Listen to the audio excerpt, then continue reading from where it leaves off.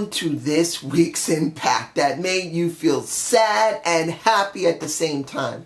But before we get to that, let's go through everything else in the show. The first thing I'm going to talk about is Rosemary's match against Santana Garrett. Now, I don't know if she's been there before. I haven't checked. But I liked her. Santana Garrett, if I'm pronouncing the name right, I always pronounce names wrong sooner or later. She has good skill in the ring. She's pretty. I wish there could have been maybe an interview beforehand. I wish they would do this with the women. Look, we have 10 women on the roster now. We got 10. I wish they would do some interviews with these wonderful women, because then we would have more interest. As it stands, the women are kind of being lost in the shuffle, and I do not like that. What WWE has is a big mess with their women. They have so few women on 2 brands. They need at least 10 women on each brand to actually make it interesting. Here we got 1 brand mainly, and they focus on all these women on the Impact Zone, and we only see 2 out of 10. Where are the rest of the women? In the end, Rosemary win, and I don't have a problem with that. She's not supposed to job to a newcomer that just shows up out of nowhere. She's not supposed to. It was a good match, but I wish there had been more towards the women in the back, like MJ Jenkins, like like Allie. I mean, I will talk about Allie in a minute. Like Allie, like Sienna, like, where are the rest of the women? Where? And since I just talked about Allie and Braxton Sutter versus Sienna and KM. I believe KM, if I'm pronouncing his name properly. Here was the problem for me. This is a major problem. Last week, KM won over Sutter, but then KM and Sienna got their asses kicked after the match. So it kind of negates the match itself. KM may have won, but he got his butt kicked by a way smaller guy. So I didn't feel like it was valid. Here, look, I love Allie. I love Allie. I don't have a problem with Allie.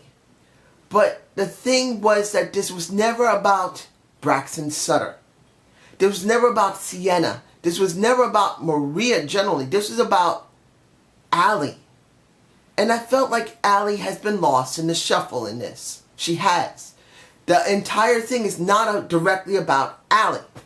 It's actually Laurel getting revenge on Allie because she lost Braxton Sutter. And Braxton Sutter should not be the main thing about this. I'm sorry. He's not supposed to be the main thing about this. And I felt most of this show, not this particular show, but most of the Impact shows that have happened have been about Braxton Sutter. The focus has not been about Allie. She's always been kind of in the back, and she's not supposed to. So when you see this match, and then you see Allie winning the way she did, I felt that was a waste of a win. Honestly, it felt like a waste. Like 50-50 booking. Because what should have happened was last week Allie should have got her butt kicked along with Braxton Sutter. She shouldn't have even been able to win. Or better yet, they should have waited 2 weeks, built this up for KM versus Braxton Sutter. Well, you could do the mixed tag. I mean, you could do KM and Sienna with Braxton and Allie. But why do this now? I mean, it's a good thing to do it because now Congo Kong has appeared. That guy is a big-ass guy. He got a big ass. He got more big ass than a belly. And I'm not being insulting or anything, but he got a big ass.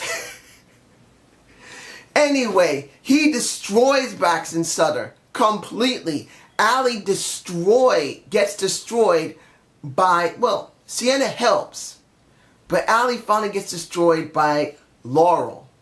And now all 4 of them, and then Laurel looks back at Congo Kong like, what the fuck is that?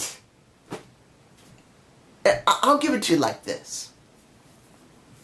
Was it effective? No.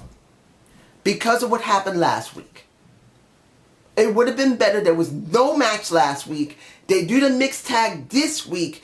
And then Congo Kong comes out and they destroy those two. And there's no questioning who's dominant. Because the way it goes, I want to see Allie become the strongest she can be. Braxton Sutter is really not the question here. He's not the goal here. I know a lot of people say, well, we like Braxton. And Braxton's not bad. But this was never about Braxton. It was about Allie. Allie was the key. Braxton was supposed to be split off from Allie and face the guys that are now shown in KM and Congo Kong. And then Allie would have to go through Sienna. And then Allie would have to go through Laura Van Ness. And if Maria hadn't left, she would have finally got the payoff from her. So now it has to be Sienna and Allie. But as it stands now, it doesn't feel like it's right. But maybe they could clean it up in the next couple of episodes. Who knows?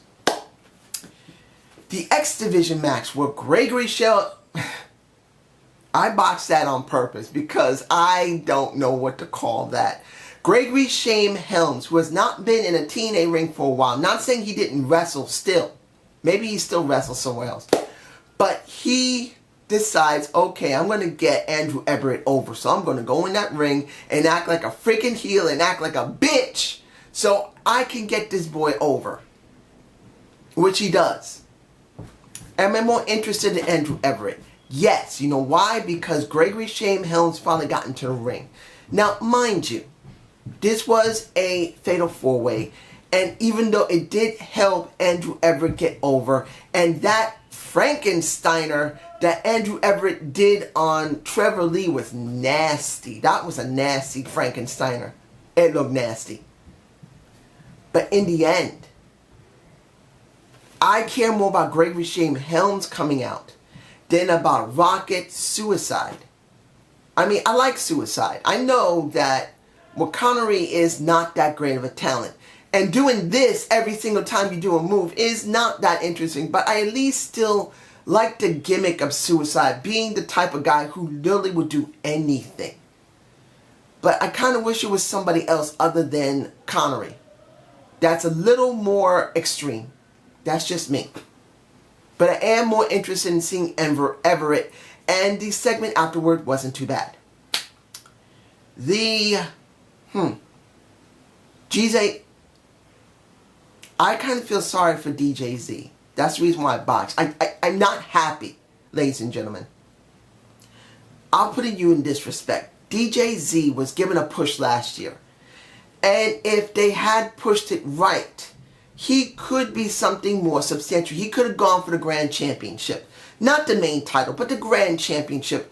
I wouldn't mind seeing him in the Impact Wrestling Grand Championship position instead of the X Division, because he's been in the X Division a long time. He needs a change.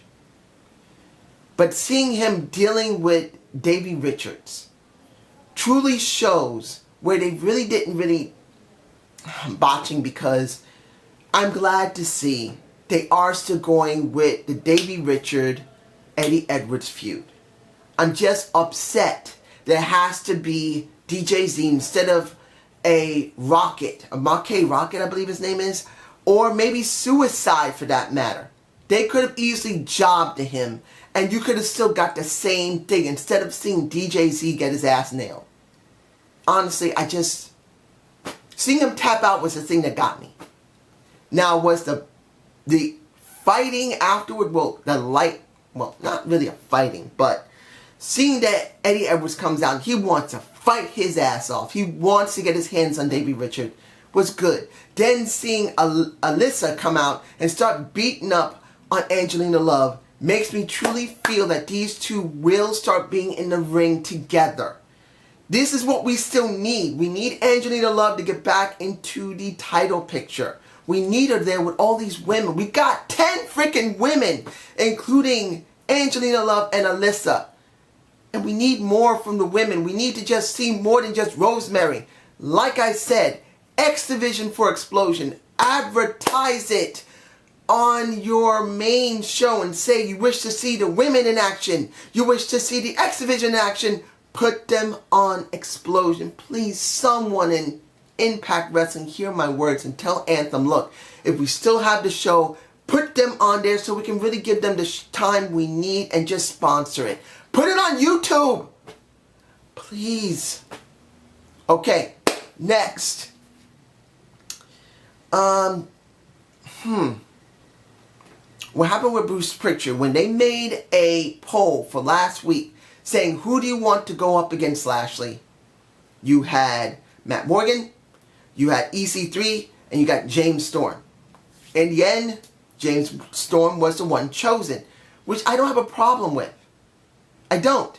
Admittedly, I would have liked to see something from Matt Morgan, because now supposedly he's on the roster, because I did check Impact and the roster. I tried not to look at any spoilers. Unfortunately, I kind of did, but I kind of felt like it was going to happen anyway. But anyway, I just said anyway.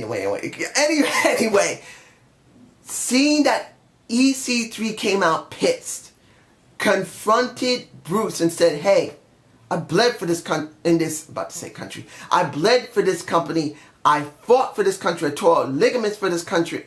I keep saying country. I guess it's for when I'm thinking about the veterans of war. I will get to that in a moment.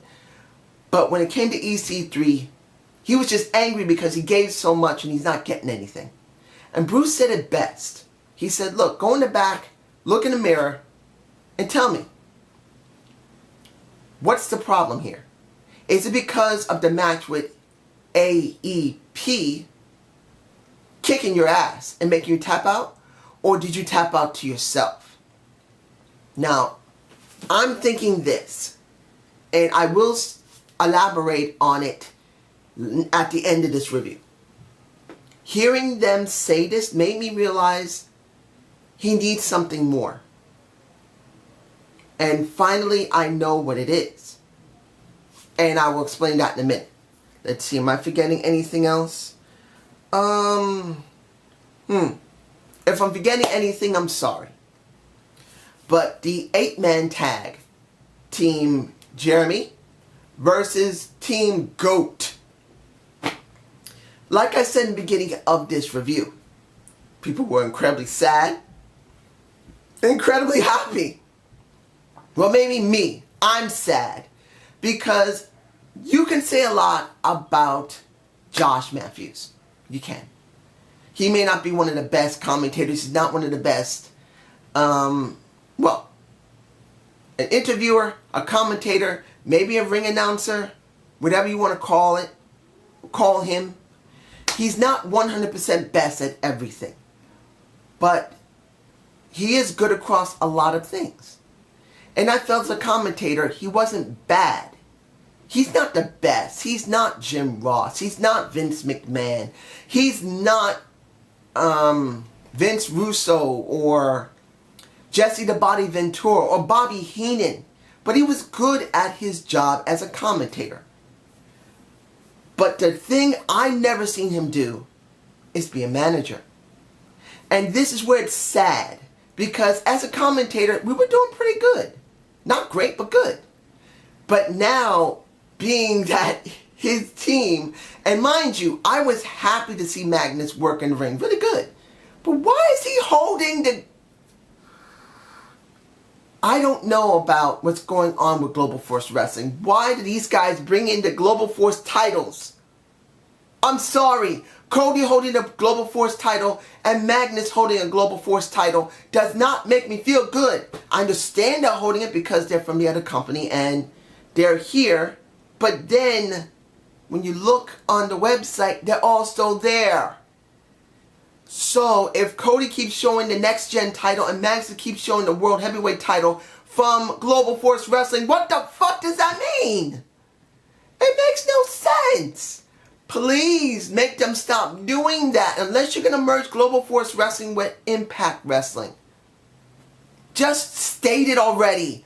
Or get rid of the damn titles. Anyway, I was glad to see Magnus. And then the person I felt I was so happy to see was Matt Morgan. The Blueprint is the person I am so glad to see the most of.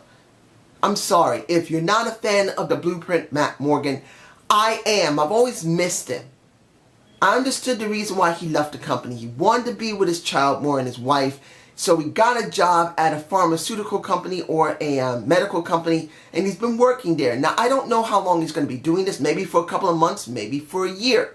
But I'm glad to see him, and he doesn't look bad in the ring. He's a freaking monster who makes everyone else, including the Congo Kong, making Abyss, making anyone else that's in there that's big, KM, like shrimps. And I'm glad to see someone that big in the ring again. I'm glad. He's not a bad talent. But in the end, it was Magnus who won particularly. He is a world champion. He is. Right now, he is a Global Force Wrestling World Champion. They don't want him to job there because he's still representing the other company.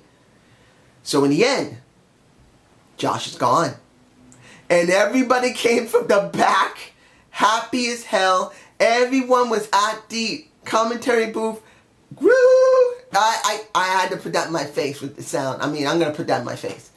I was sad, ladies and gentlemen. I was sad to see him be removed from commentation. But I'm happy that maybe he will become a manager. Something I've never seen him do. And as a good heel, he's a good freaking heel. I don't care what anyone says. He's actually a good damn heel. He may not be the best that exists, but he's a good-ass heel. And we should be happy to see that. That's the reason why he got so much heat, and they're saying, fire his ass. So we now possibly have a new manager for Impact Wrestling, which we don't have many of. We don't have that many managers in any company that is well promoted. Like WWE, they don't have very few, they have almost no managers in the WWE. And in Impact Wrestling, yes, you got a couple of managers, but a good heel manager? I'm seeing that from Josh Matthews. But this is just my point of view. You guys tell me below, and I hope you enjoyed the Zane view. Please give me a comment below. If anyone has seen my first episode of Pro Wrestling Guide for Noobs. I originally was called Pro Wrestling Guide for the Newbie Fan, but I thought I'd get rid of the fan bit and just call it the Pro Wrestling Guide for Noobs. I'm going to be releasing these every couple of days to possibly a week. And the first one, the beginning, I hope you guys take a look at it. I'll probably leave a link below so you can take a look at it. It's my interpretation of what I understand about wrestling for new coming fans and people who are considering becoming fans of wrestling. I will be breaking it down as best as possible for a new fan to understand what they're really looking at. And new people who are considering becoming fans. If you think this isn't a wise thing, leave me a message below and say, dude, this is stupid. Stop. Or you say, it's cool, dude. Keep doing it and break it down so young, new fans and people concerning can understand what we love. What is in our hearts. Have a good day. Have a good night. Peace!